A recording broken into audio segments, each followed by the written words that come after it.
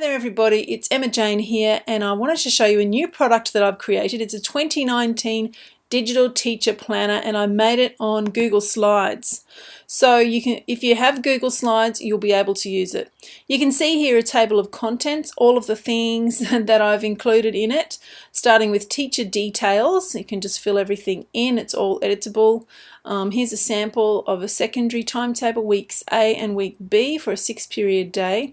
I've also done a 3-session primary timetable. I've put in all of the New South Wales public school dates here in a calendar. You can edit those if you're not in New South Wales, of course, to suit your particular needs.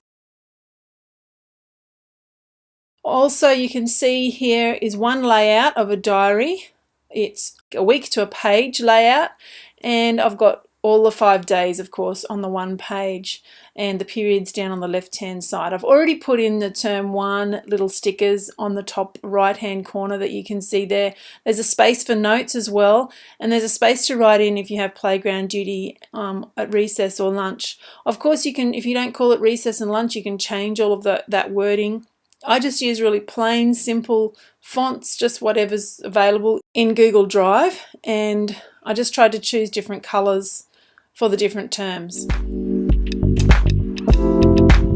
Then there's assessment records if you want to write down the assessment tasks that you have given your students. There's also a place for student data or student information. You could put their passwords in there for different things, or you could put their letter grades or marks or whatever you wanted to, really. I also made these stickers, which I think are really cute. So you're just going to copy and paste them onto whatever page that you want, and you can resize them accordingly, of course.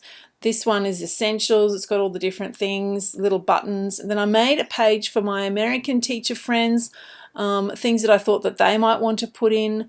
Then there are these little event ones with assembly, playground duty, swimming carnival, NAIDOC week, all those sorts of things. I found these little quotes from fictitious teachers, which I thought were funny.